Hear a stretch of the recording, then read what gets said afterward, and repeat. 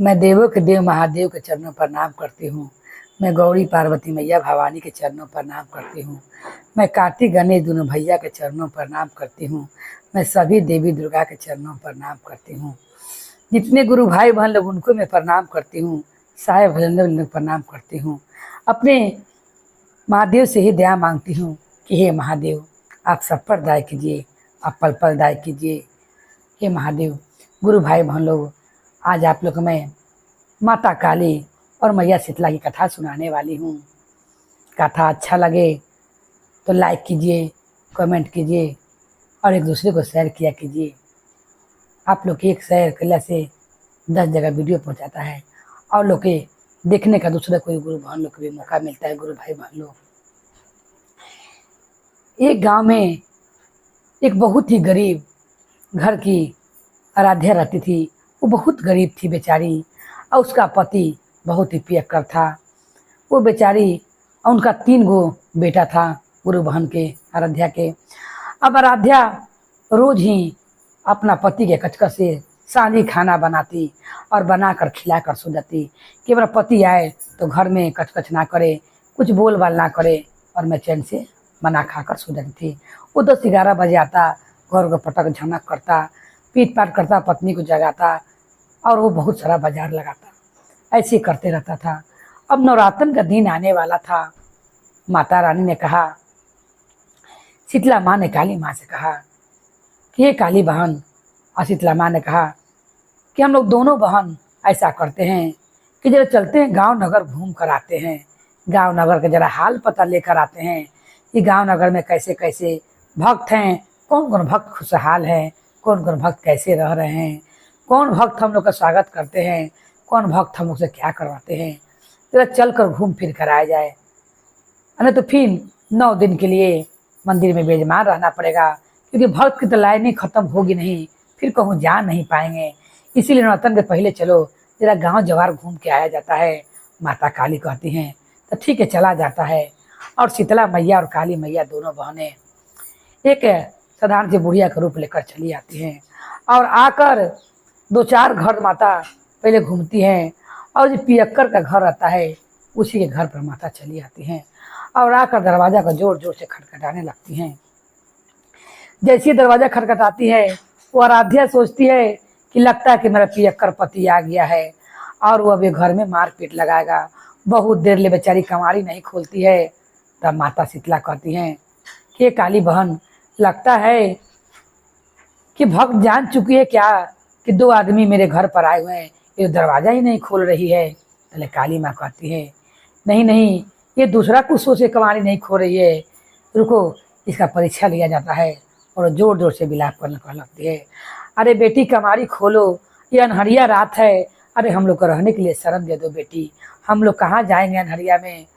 चले वो अंदर से क्या कहती है आवाज़ सुनकर कि आप लोग जो भी हैं लौट कर चले जाइए, क्योंकि मेरा पति अब पी कर आता ही होगा और वो आएगा तो मुझे भी मारेगा, मुझे भी गाड़ी देगा और संगे संगे आप लोग भी कुछ ना चला दे मारने के लिए। क्या वो सनकी है, जब वो दारू पी लेता है तो किसी को नहीं चिंता है और किसी पर हाथ उठाने लगता है। इसलिए मैं कहती हूँ कि आप लोग जो भी हैं चले जाइए। मैं तो रोज़ रोज़ गाड़ी बात सुनबे करती हूँ, मैं नहीं चाहती हूँ कि आप लोग भी सुनिए। तब वो कहती है, बेटी पर तुम दरवाज़ा तो खोलो। अरे दरवाज़ा पर कोई आता है तो उसे आदमी बैठाता है, बैठाकर पानी पिलाता है। तुम कैसी हो कि अपने पति के डर से दरवाज़ा नहीं खोल रहे हो। अरे बेटी दरवाज़ा तो खोलो, मैं चली जाऊँगी, कम से कम पानी तो पिला दो। आराध्या ने ये बात सुनकर दरवाज़ा खोला। जब उनका रूप को देखा आराध्या ने, अजब रूप में तेज था माता रानी दोनों बहन का। आराध्या ने कहा कि मैं हाथ जोड़कर कहती हूँ, हे माता लोग, आप लोग चली जाइए। बूढ़ी माँ नहीं जानती थी कि देवी माँ है, क्योंकि मेरा पति आएगा मुझे भी मारेगा, गाड़ी देगा और आपको लोग भी कुछ चला ना दे। बूढ़ी हैं आप लोग, कौन उठा चोट लग जाएगा तो बहुत दिक्कत होगा। तब माता रानी कहती है, तुम इतना मार सह रही हो अपने पति का और इतना तुम दुख सह रही हो, तो आज मुझको लोग भी कुछ बोल देगा तो कोई बात नहीं है, उसका अन्न दाना खाऊंगी, और कुछ बोलिए देगा तो क्या करूँगी, बर्दाश्त करके रह जाऊंगी। माता कहती है आराध्या कि नहीं नहीं, पाप ना चढ़ाइए, आप मेरी सास माँ के समान हैं, आप चली जाइए, अब आने का टाइम हो गया है।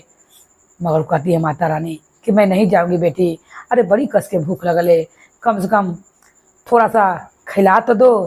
तब वो कहती है कि माता रानी, वो कहती है कि ठीक है मैया बैठिए, हम आप लोग के लिए रोटी बनाते हैं। और वो रोटी बनाने लगती है।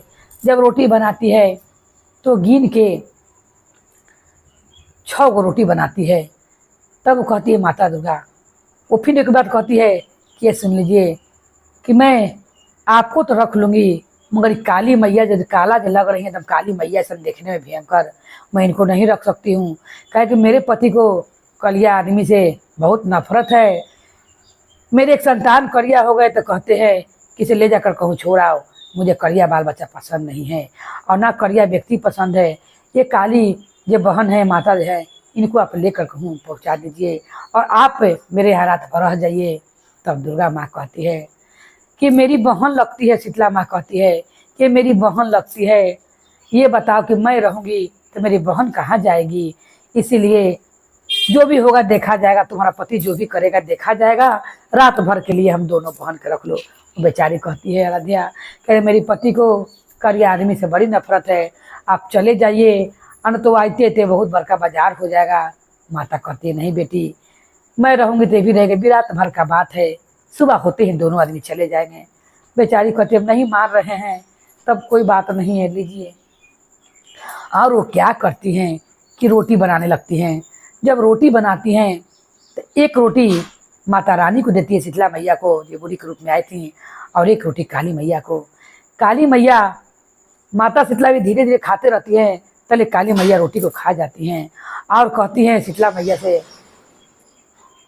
माता दुर्गा से कि एक रोटी आओ मंगा दो ये बहन। तब क्या कहती है मैया दुर्गा कि इसीलिए वो कह रही थी कि करिया आदमी के हम नहीं रखेंगे, हमारा पति करिया आदमी का रखना नहीं चाहता है, अब करिया आदमी ढेर खाता है। अब बताओ उसका पति का बात तुम सच करोगी? उसका पति जो कहता था क्या तुम सच कर दोगी? उसका पति पहले से कहता है कि करिया आदमी ज़्यादा खाता है और करिया आदमी को उसे पसंद भी नहीं है।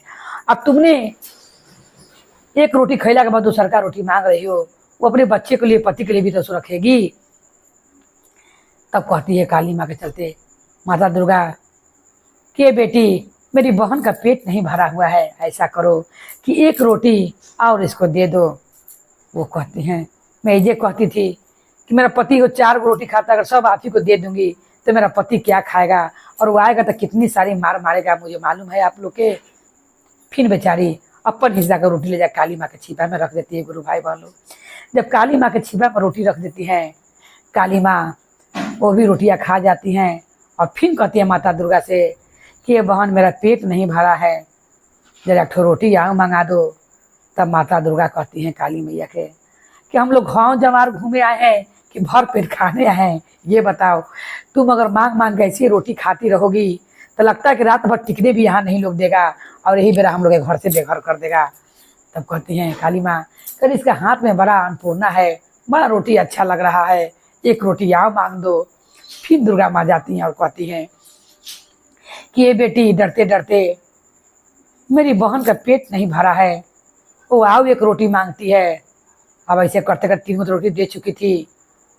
वो कहती है कि बताइए अब मेरा पति में से 2 रोटी कम हो जा रहा है, वो आएंगे तो क्या दूंगी खाने के लिए, अब मैं दूंगी नहीं। और फिर वो देती है।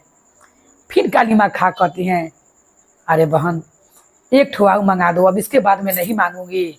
माता दुर्गा कहती हैं आज बुझाता है कि तू सारा रोटी उनकर हाथ के खा जाएगी और उसका पति आएगा तो जो होगा तुम आज बहुत बड़का बाजारे होगा, लगता है आज भक्त घर उजियार करने हम लोग आए हैं, किसे मार खिलाने आए हैं। माता काली कहती हैं जो होगा सो देखा जाएगा, पहले भर पेट रोटी तो खिला दो। फिर मैया दुर्गा जाती हैं, कहती हैं उनका रसोई में जाके बेटी तुम्हारे हाथ का रोटी से तो मेरी बहन का पेट ही नहीं भर रहा है, एक रोटी आओ दे दो। खिसिया कर क्या करती है आराध्या कि बेचारी जो 2-3 गो रोटी अपना पतीला रख लेती है, 2 गो सब रोटियाँ उठा के मैया के छिपा में पटक देती हैं कि सारा रोटी अपना बहन के खिला दीजिए, पेट भरा खिला के सुला दीजिए, हम नहीं खाएंगे ना मेरा पति खाएंगे, हम तो नहीं खाएं, अपना हिस्सा दे दिए हैं, आज मेरा पति जितना मारेगा आप लोग देखिएगा। और सब रोटी मैया खा के खूब ढेकारती हैं। काली मैया खींच में जाके छिपा में रोटी आराध्या पटक देती है। मैया ढेकार उकार खा के काली मैया दमानंद से पेट भर खा के माता रानी सो जाती हैं। अब उसका पियक्कर पति जब आता है, देखिए माता रानी की कृपा, जब पियक्कर पति आता था, जो ना आकर रोज नौटंकी घर में करता था, गुरु भाई बहन लोग लड़ाई करता था, घर में चूल्हा चौकी टूटता था, हड़िया डच्चा पटकता था, बहू अपनी पत्नी को मारता करे था। वो दिन आता है बिना खाना मंगले, गुरु भाई बहन जाके वो चुपचाप पियक्कर पति और जाके वो सारा में चुपचाप सो जाता है। जब सो जाता है तो इनको भी, आराध्या को भी नींद लग जाता है। इधर मैया काली सवेरे उठकर उसका घर को दमन धन से भर के, जितना मैया खैले थी उससे ज्यादा माता ने से दे दिया, पूरा घर को अन्न धन से भर के दम, नए नए पोशाक, पति से बाल बच्चा सब पहने हुए एकदम सोए। अब मैया जगा रही है जाने के टाइम, काली मैया शीतला मैया कि हे बहन, अरे उठो बेटी, उठ के अपना घर देख लो, ये मत कहना कि दोनों बुढ़िया गई तो सब मेरा घर में जो भी बच्चा कुचा था बटोर सटोर के ले गई, उठ के घर तो देख लो। वो खींच के माता आराध्या करिए, अरे कहाँ है कि ले जाइएगा, मुझे क्यों जगा रही है, जल्दी जाइए, चले जाइए, मेरा पति तो आएगा तो मुझे मरबे करेगा।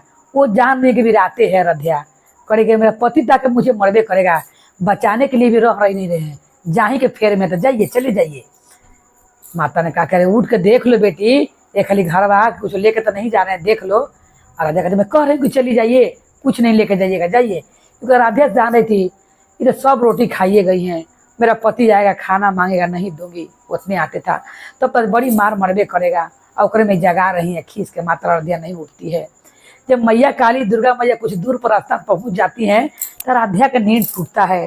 जब आराध्या आँख खोलती तो क्या देखती है कि एक सुंदर महल बना हुआ है, घर अन्न धन से भरा हुआ है।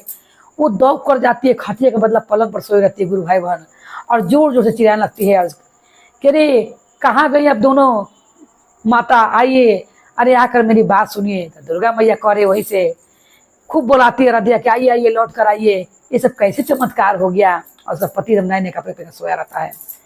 तब कहती हैं दुर्गा मैया और काली मैया कहती है कि नहीं नहीं आऊंगी, तुम तो कहती थी कि मैं गोरकी के रखूंगी, करियक्की के नहीं रखूंगी, करियक्की बहुत खाती है, मगर जितना तुम्हें मैंने दिया है, जितना तुमने मुझे खिलाया था, कि करियक्की तुम्हें अन्न धन से भर कर जा रही है।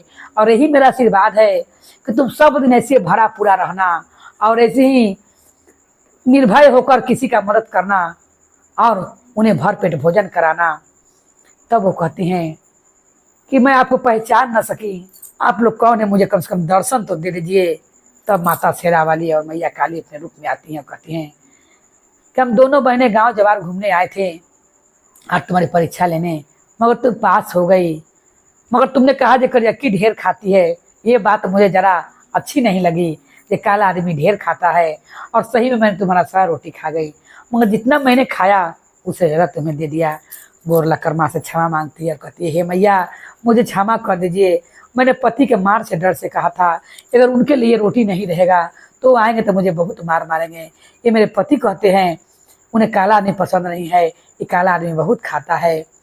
तब वो कहते कि आज से तुम्हारा पति का बुद्धि भी ठीक हो जाएगा और आज से वो शराब पीना बंद कर देगा और अपन जीवन को अच्छे तरीके से बिताने लगेगा। मैया रानी की कृपा से उनका घर संवर जाता है। जो उनका पति इतना दारू पीता था उन्हें दारू पीना छोड़ता है और अपनी पत्नी के संगे पूजा पाठ में लग जाता है। और सारा कहानी पत्नी बताती है कि कैसे राता राती धन हुआ, सब पत्नी बताती है। पति कहता है कि मेरे हम लोग का धन भाग जब माता रानी हम लोग के घरे आई और हम लोग की जिंदगी सवार के चली गई। और लोग माता रानी के पूजा पाठ में लग जाते हैं। 9 दिन के बाद नवरत्न आता है, दोनों पति पत्नी भूखते हैं और मैया रानी के पूजा पाठ करते हैं, कन्या जवाते हैं और मैया ने जयकारा करते हैं। तो हे माता रानी, जिस तरह आपने, हे मैया काली, हे मैया दुर्गा भवानी, जिस तरह आपने उसे आराध्या घर नवरात्र के पहले आकर उन्हें घर में अन्न धन से भर दिया और अपने सेवक का दुख को दूर कर दिया, उनको जिंदगी के खुशलमय कर दिया, हे मैया भवानी काली, हे माता दुर्गा रानी, आप उसी तरह सब भक्त के जीवन को सुखीमय कर दीजिए, उनका जीवन को मंगल कर दीजिए। हे माता रानी सक दुख सुबार कर दीजिए। बोलिए माता रानी भवानी की जय, काली मैया की जय, हर हर महादेव की जय।